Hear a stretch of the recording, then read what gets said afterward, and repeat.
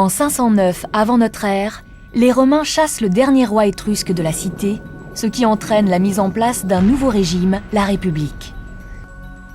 Le pouvoir n'est plus exercé par un roi, mais par les comices.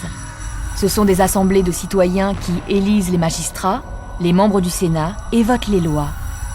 Cependant, la République ne se traduit pas par une répartition équitable du pouvoir. Les patriciens, issus des vieilles familles latines, confisquent tous les postes importants du nouvel ordre républicain, excluant ainsi la plèbe, c'est-à-dire la masse populaire de la participation politique. Tel est le germe du conflit qui va opposer pendant 2 siècles patriciens et plébéiens.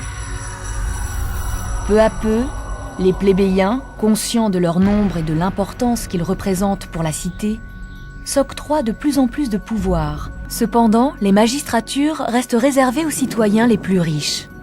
Les femmes, les étrangers ou bien les esclaves sont exclus de la vie politique.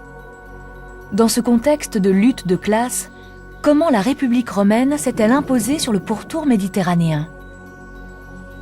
Elle triomphe d'abord de ses proches voisins, latins et étrusques, puis domine les Samnites et enfin le sud de l'Italie. Cette conquête s'achève avec la prise de la cité grecque Tarente en 272 avant notre ère. Viennent ensuite la première, la seconde et la troisième guerre punique contre l'ex-allié de Rome, la toute-puissante Carthage. C'est au terme de ces 3 guerres, au cours desquelles victoires et défaites se succèdent des 2 côtés, que Rome finit par remporter la victoire définitive sur Carthage en 146 avant notre ère et annexe toutes ses possessions.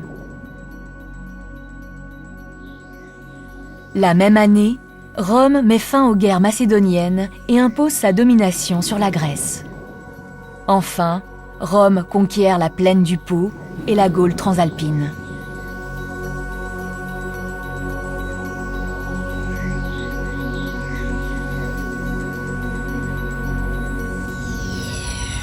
Ayant la main mise sur la Méditerranée, les Romains sont désormais les maîtres autour de cette mer qu'ils nomment Mare Nostrum, notre mer.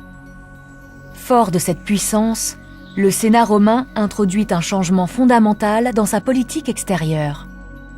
Du contrôle indirect des peuples soumis, Rome passe à la domination directe des territoires et installe une politique de provincialisation sur laquelle va se fonder le futur empire romain.